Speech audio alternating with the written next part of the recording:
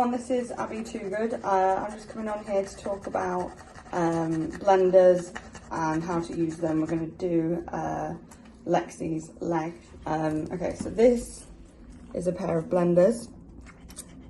They come in various spaces in between the blade. So blenders have one straight blade and one broken blade. They are not the same as thinners. Thinners generally have two of these kind of blades, which are for bulk removal of hair, whereas a blender is a finishing scissor designed to put a finish on your coat. You can use them to put shape in, but you use them like a straight scissor rather than putting it into the coat like thinning. Okay, so what I would normally do on this kind of coat, this is a very 50-50 kind of coat, so I would use blenders, but I would use my straights first. Okay, so we're putting this shape in with the straights. So I'm just using a bit of scissor spray on my comb.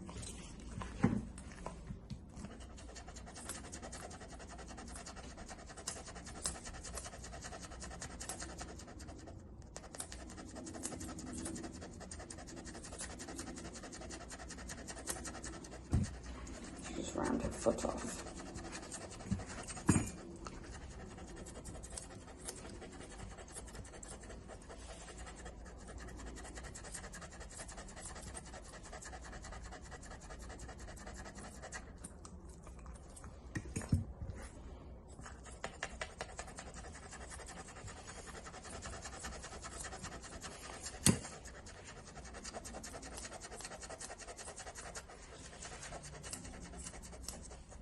Okay, so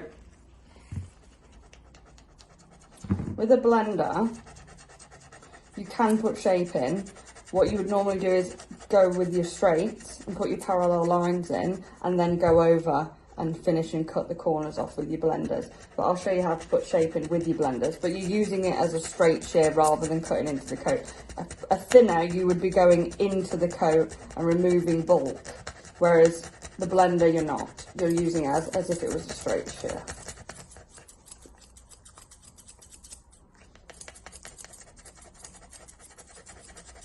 They give a much more natural finish, especially on a coat that's like this.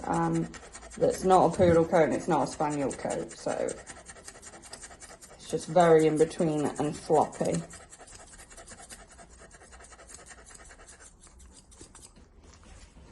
But can you see how I'm not cutting into the coat?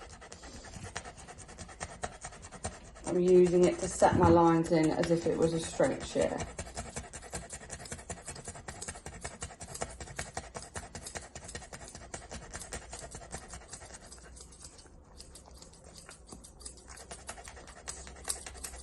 Also, I think if you're a beginner or if you're just starting out, it's probably better to learn how to use your straights and your curves and your thinners rather than using blenders straight off the bat. They are quite difficult to use if you're not experienced. And look.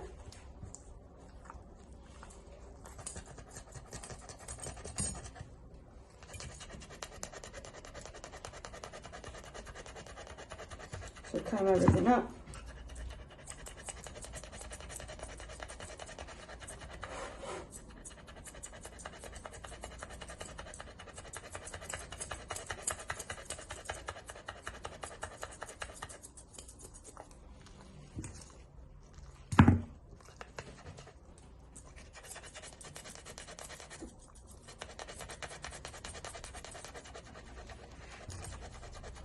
If you didn't put shape in with these, obviously you would normally put shape in with your straights and then go over to soften to make it look less sharp. And especially on a coat like this that's so fine and floppy, you don't want to mark it. So obviously putting straights on it will mark it. So what I would normally do is put my straights on it if I was learning, if I'm a beginner, I would use my straights like this and put my lines in.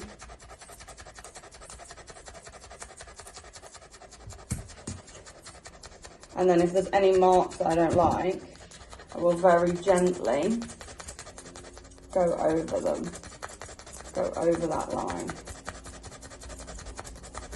But again, it's not in, we're not going in the coat.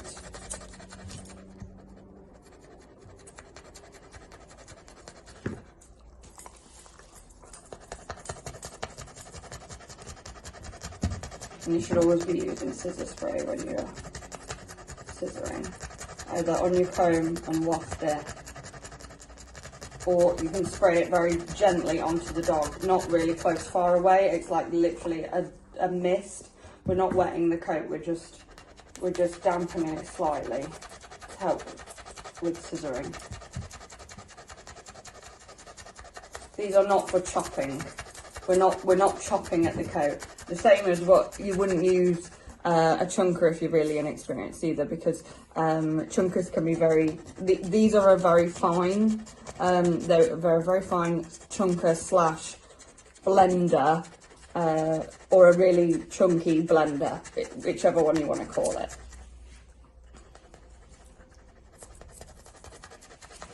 Can you see how that's left a really soft finish on it?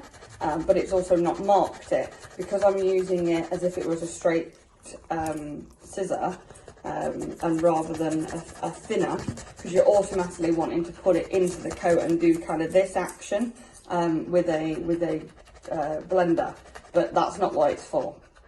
Where just remember that when you're using a straight, you're not cutting inside the coat, you're lifting the coat and then cutting your lines in. So you're doing the exact same thing with this. So I would put my 4 lines in either side, my column, and then I'd cut the corners off and make it a column with my blenders and put a finish on it. So yeah, again, use your scissor spray, use them as a straight shear. Don't cut into the coat, don't go choppy mental with them, and have a little practice with them if you're going to buy them. If you're really a beginner and just beginning doing everything, I would suggest you just stick to your straights and your curves and your thinners, but without putting them into the coat. Just be careful. So I hope that was helpful. Thank you.